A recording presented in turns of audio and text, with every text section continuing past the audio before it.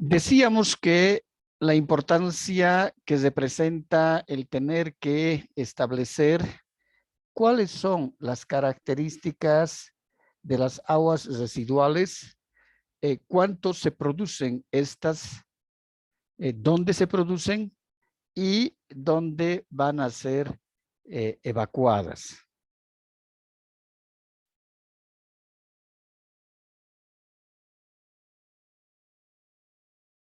Habíamos dicho que un sistema es el alcantarillado.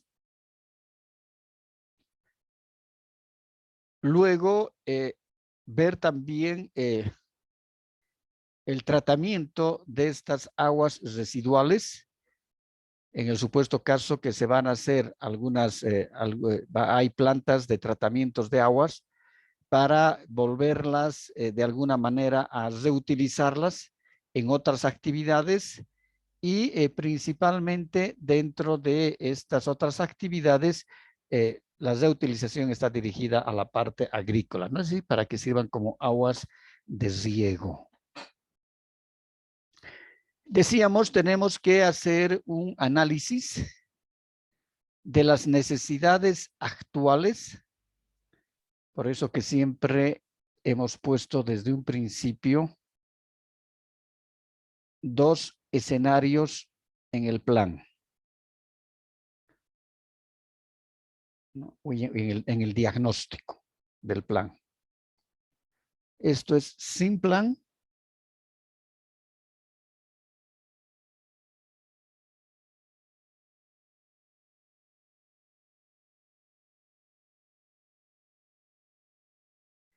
y el otro escenario es con plan.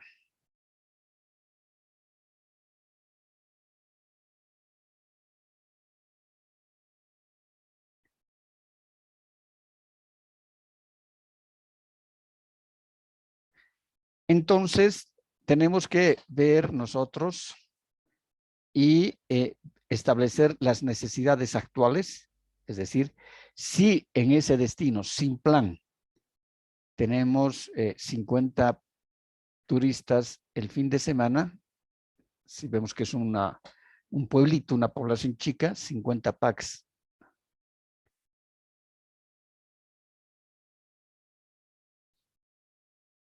semana, con el plan, mejorando la oferta turística, mejorando las actividades, que eso es lo que se busca, mayor generación de recursos económicos, etcétera.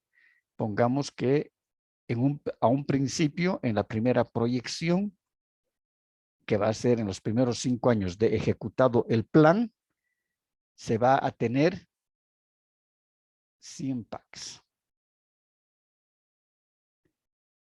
Esto es en un tiempo de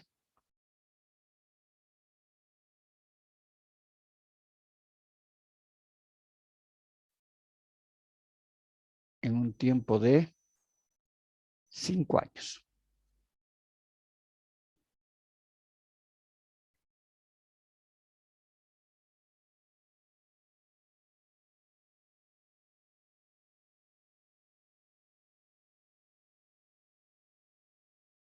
Ahora, si el plan es muy optimista, entonces se puede proyectar también este plan a 10 años. Siempre vamos a trabajar nosotros en base a proyecciones.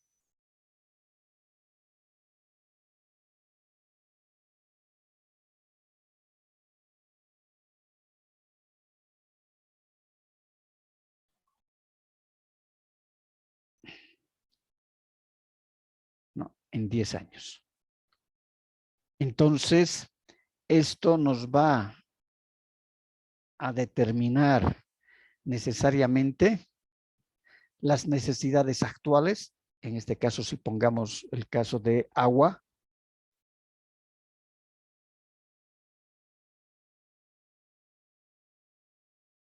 H2O, ¿Cuánto de agua en este momento se requiere con estos 50 packs por semana?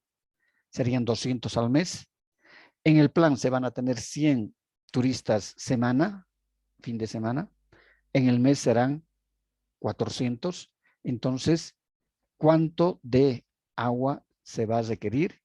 ¿Y cuánto de agua potable se va a requerir? ¿Y cuántos de aguas residuales se van a generar? Por eso que decimos necesidades actuales y necesidades futuras. Hay otro sistema para poder, y que se ha utilizado también bastante en Cochabamba, y se está utilizando también en ciertas provincias donde no hay una red larga o amplia de alcantarillado. Aquí hasta hace 15 años, 20 años, el alcantarillado solamente era en el casco histórico de la ciudad de Cochabamba. En el alrededor, lo que se utilizaba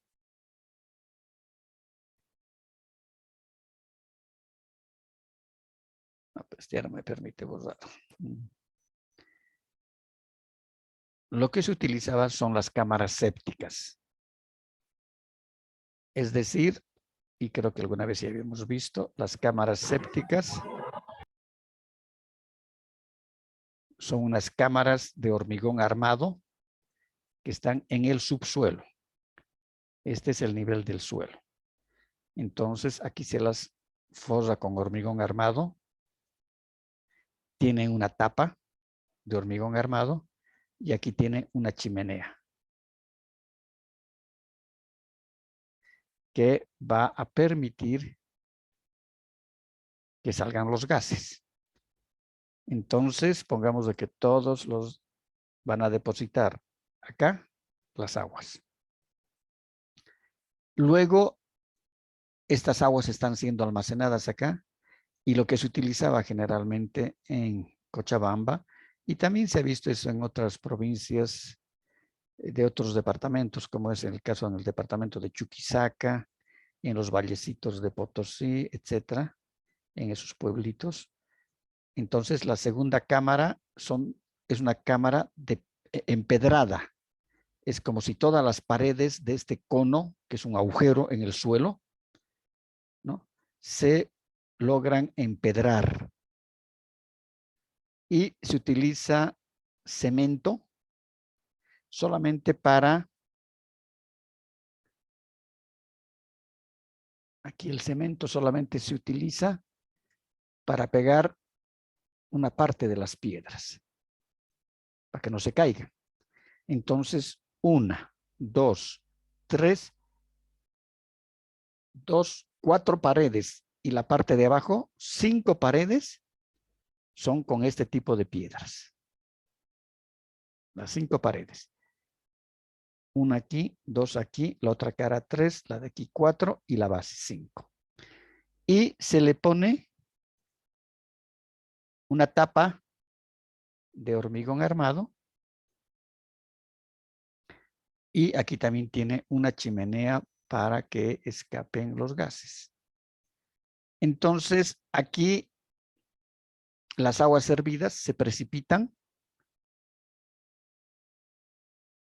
¿no?, materia sólida y materia líquida. Y por precipitación y todo eso, esto se va a descomponer y se van a volver aguas. Todos los sólidos se vuelven aguas. Y según se va llenando, se va llenando, se va llenando, entonces después pasa acá, a esta otra cámara. Y se deposita en esta otra cámara. Entonces, el agua es depositada en esta otra cámara. Y en esta cámara, lo que hace es, por medio de estas ranuras, el agua va a empezar a filtrar. Filtra, filtra, filtra, filtra, filtra el agua. Y el riesgo que se tiene es de que no podemos olvidar de que aquí abajo nosotros tenemos aguas subterráneas, que son hilos como riachuelos, chicos, grandes, hay de toda dimensión. Y a veces entre esto se crea una bolsa de agua subterránea, y luego siguen las aguas subterráneas caminando. Entonces, si las aguas de baños y todo eso de las cámaras entran acá, estas aguas subterráneas van a estar lógicamente contaminadas. Y el agua va a seguir circulando en la tierra, abajo. A veces a los 10 metros, a los 15 metros, a los 20 metros, igual. Y hay un montón, así, sin número de riachuelos abajo que van a ir arrastrando y van a continuar. Resulta que nosotros en nuestras instalaciones hemos decidido, para la obtención del agua, hemos decidido la construcción de un pozo elevado. Es decir, aquí tenemos un tanque elevado.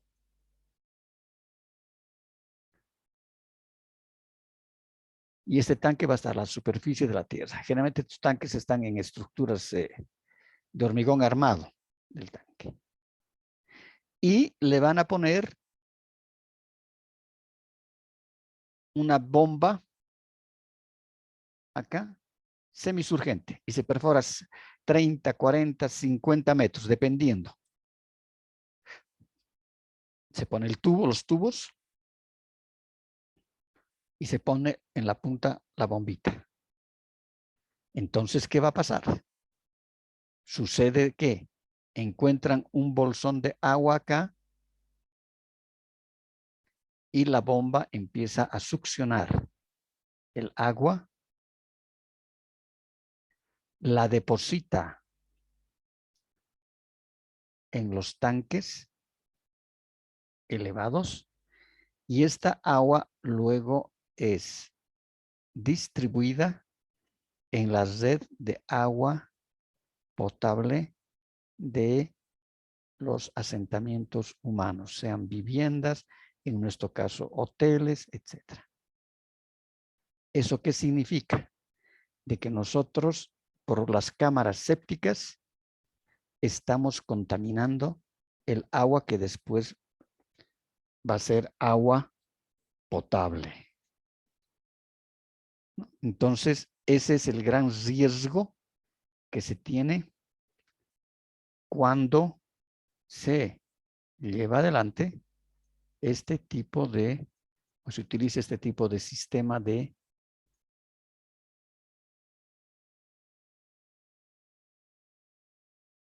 toda el agua contaminada, estamos distribuyendo como agua potable.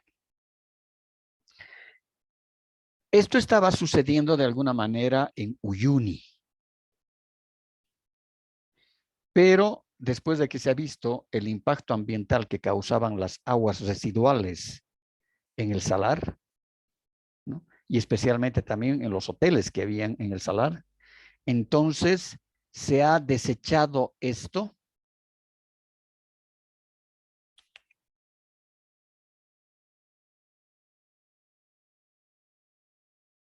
Se ha desechado esto y se ha quedado solamente con esto, con esta cámara receptora. Y tienen cisternas que vienen cuando ya está casi llena la cámara, vienen los cisternas y sacan las aguas negras o aguas utilizadas y las llevan y las depositan en una red de alcantarillado. Por eso es fundamental lo que decíamos, hacer un análisis de los pozos y las cámaras sépticas. Y hay que hacer también una verificación de la contaminación ambiental, lo que hemos visto aquí. Aquí hay una contaminación ambiental total con las aguas subterráneas. Para el caso de instalaciones turísticas pequeñas, es bueno utilizar pozos y cámaras bajo estas características. Y ver luego cómo poder crear el sistema de cisternas para que puedan succionar y llevar las aguas servidas. En Cochabamba hay creo 5 empresas que se dedican a hacer esto en sectores donde no hay todavía alcantarillado. En el caso de Tiquipaya, por ejemplo, municipio de Tiquipaya. Hay residencias enormes, gigantes, etcétera, y están todavía sin alcantarillado. Lo mismo ocurre, por ejemplo, en Santa Cruz. En Santa Cruz, hacia el kilómetro 8, perdón, hacia el 8º anillo más o menos, yendo al aeropuerto, a la mano derecha se han creado urbanizaciones muy grandes. Y son urbanizaciones cerradas con más de 500 casas. Y el problema que tiene Santa Cruz es de que Santa Cruz es muy plano. Es una cosa así. Totalmente plano.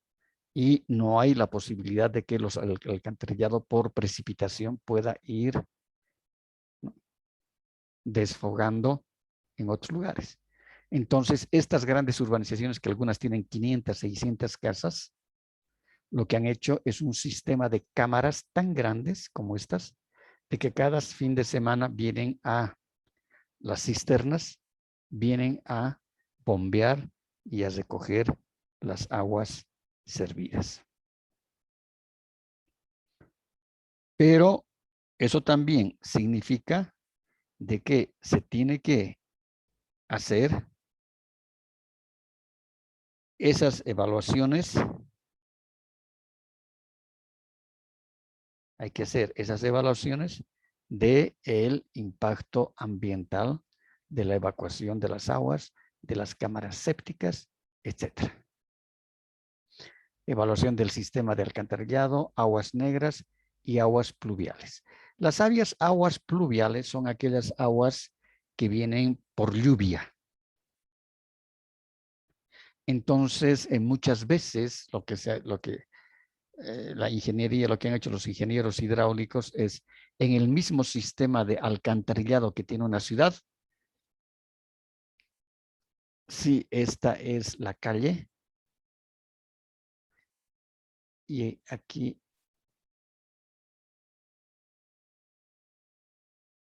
hay otra calle, generalmente se las llama boca tormentas, se las ubica acá y son un poco inclinadas y tienen una reja. Significa que hay un sistema de drenaje, hay tubería de acá. En el subsuelo hay tubería para que las aguas de lluvias puedan desfogar acá. Y lo óptimo es de que el sistema de aguas fluviales, el desfogue de aguas pluviales, debe ser otra forma de alcantarillado, pero que vayan a desfogar y que no se mezclen con las aguas negras o aguas de baños o aguas utilizadas.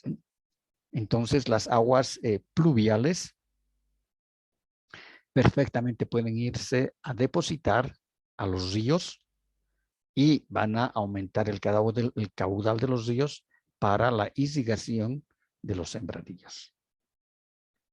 Pero en algunos casos, como les digo, muchos han conectado las aguas pluviales al alcantarillado y a veces vemos que cuando llueve revienta el alcantarillado. ¿Y eso es por qué? Porque las aguas de lluvia han llenado el sistema y las cámaras colectoras que existen en las calles, en el subterráneo de las calles, ¿no? Entonces, lo mismo también ocurre con la actividad turística, es decir, con las instalaciones turísticas. Entonces, hay que prever qué se va a hacer con esas aguas pluviales, dónde se las va a copiar, dónde se las va a ir a depositar, ¿no? Ahora lo fundamental es que los centros turísticos grandes deben contar con alcantarillado y plantas de tratamiento de aguas, es decir, esas piscinas que veíamos hace rato, ¿no? Hay que crear plantas de tratamiento de aguas para que las aguas puedan de alguna manera ser reutilizadas, si no será como agua potable para la subsistencia de los seres humanos, ¿no?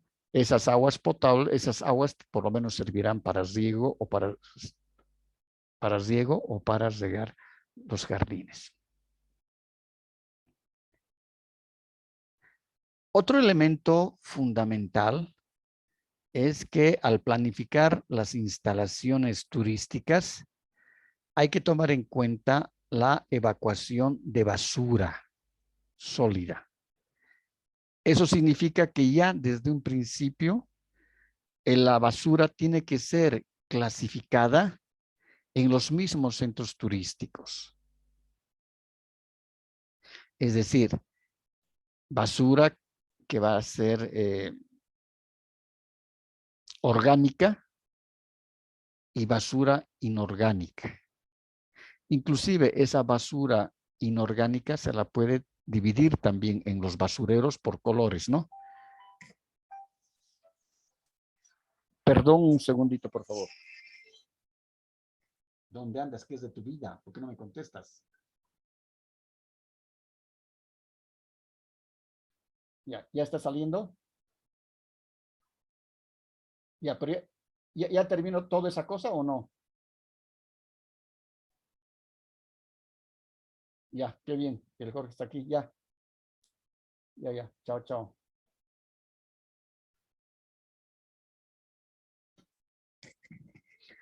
Entonces, ¿dónde habíamos quedado?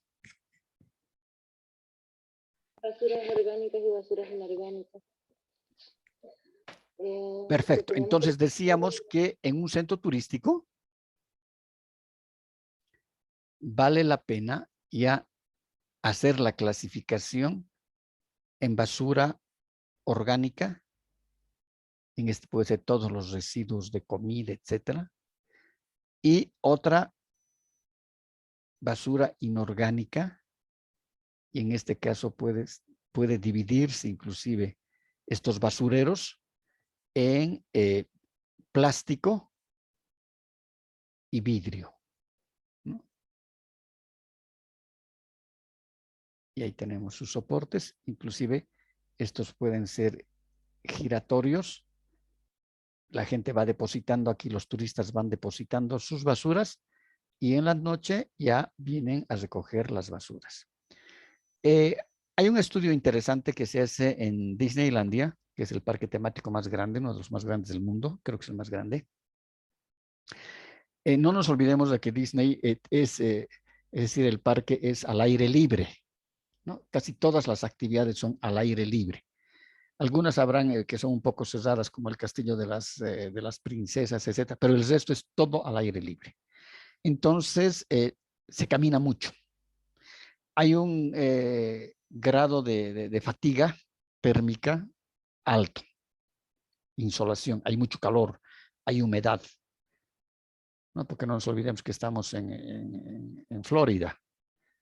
Entonces, hay calor, hay bastante playa muy próxima, etcétera. Y lo que han hecho es, han medido, los turistas compran mucho y ellos también venden muchos bebidas, etcétera. Y también comida rápida. ¿Cuántos pasos da la persona? Y tiene que botar su basura, ¿no? ¿En qué? Esta es una variable de dimensión.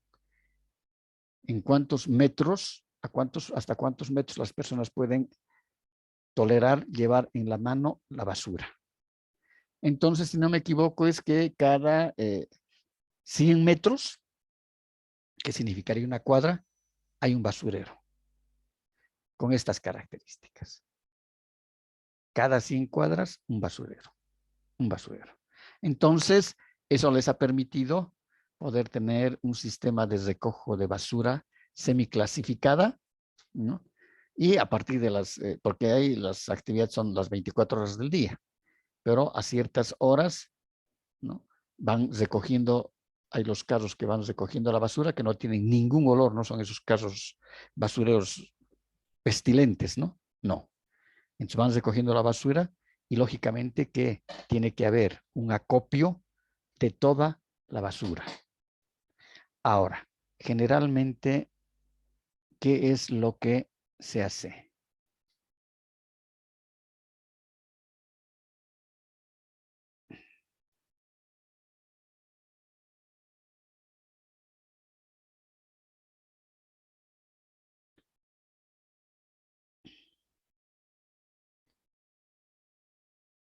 Generalmente, lo que se hace es recoger la basura con carros basureros y las instancias municipales, lo que hacen es un relleno sanitario. Y hacer un relleno sanitario es hacer un huecos grandes en la tierra. Entonces van depositando aquí la basura y la basura se va acumulando acá.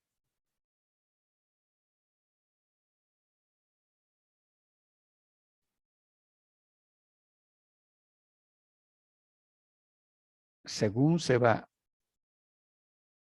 acumulando la basura, en algunos casos, no siempre en todos ellos, se les va echando tierra.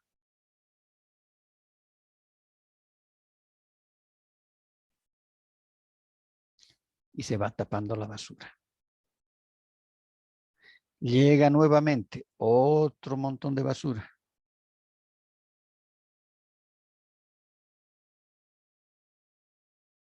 Y se va tapando la basura para evitar los malos olores, las moscas, pero siempre va a haber malos olores, ¿no? El problema es con los lixiviados. Y los lixiviados son estas formas de líquidos que van penetrando a las aguas subterráneas, porque en este caso va a llover, ¿no? Aquí llueve. Entonces el relleno se va a llenar también de agua. Se va llenando de agua y esta agua va a tener que pasar a ser, se va a ir escurriendo, si vale el término, para que mejor entiendan, ¿no? Y esta agua se va a ir escurriendo como aguas putrefactas y va a contaminar las aguas subterráneas. Por eso que se tiene que hacer un sistema acá de acopio de las aguas del lixiviado para que venga, y estas bajo tubería y bombeo tengan que llevarse a la superficie a piscinas para hacer el tratamiento respectivo. Ay, no, esto no es verdad, tiene que ser celeste. Pues. Para hacer el tratamiento respectivo de todos estos lixiviados. Y lógicamente que estas aguas son tratadas en estas piscinas y se les va quitando de alguna manera esa toxicidad que van a tener, ¿no? Entonces, en los centros turísticos hay que tener mucho cuidado, muchísimo cuidado, porque se requiere necesariamente buscar sistemas donde se deba contaminar lo menos posible. Pongamos si el centro turístico está en tierra adentro, donde no hay un sistema de alcantarillado porque no hay población cercana, no hay nada. Está en la selva, está en el monte, etcétera. Y es un atractivo ecoturístico, entonces hay que ver qué sistemas vamos a utilizar para deshacernos de la basura, ¿no? Muchas veces se decía, en este caso, papeles y cosas que puedan ser quemables, quemar.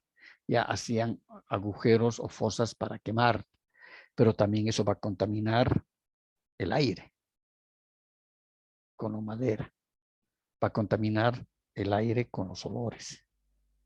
Entonces, justamente para evitar aquello, decíamos que en el equipo de profesionales que desarrollan el plan, lógicamente que tiene que existir, ¿no?, los ingenieros ambientales, quienes puedan dar una solución para evitar la mayor contaminación posible.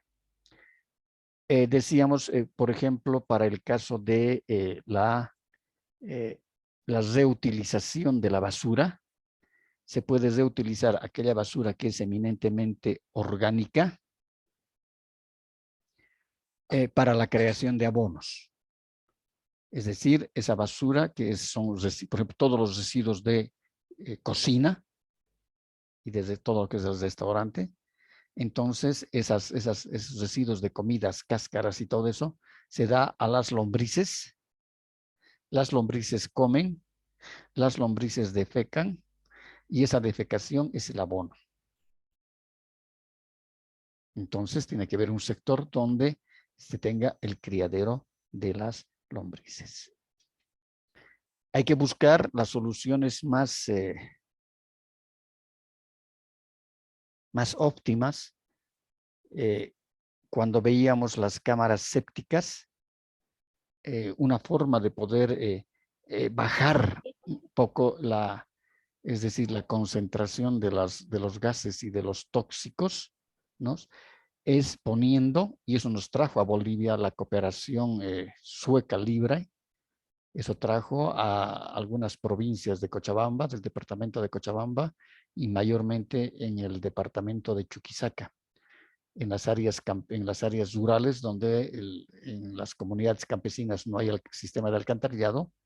Lo que se hacía, se enseñaba a los campesinos a hacer pozos ciegos, ¿no? Y el pozo ciego es el sistema, hace un agujero, le ponen una tabla y ahí es una letrina.